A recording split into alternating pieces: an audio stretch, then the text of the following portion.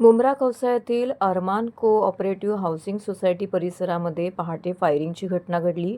या घटनेमध्ये 2 जण जखमी झाले असून पोलिसांनी पाठलाग करून आरोपीला अटक केली आहे.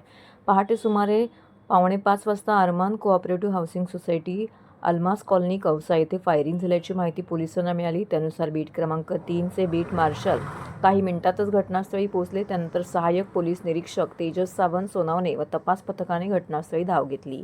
ही घटना नदीम मोईमुद्दीन खान उर्फ बाबा खान यांच्या घराबाहेर घडली. अज्ञात व्यक्तीने त्यांच्या MH03CN 5900 क्रमांकाच्या कारवर 2 गोळ्या झाडल्या आहेत, तसेच 1 गोळी हवेत फायर केली. दरम्यान पोलिसांना मिळालेल्या गुप्त माहितीच्या आधारे आचार गल्ली येथील भंगार गोदामाजवळ आरोपी लपल्याचे समजले.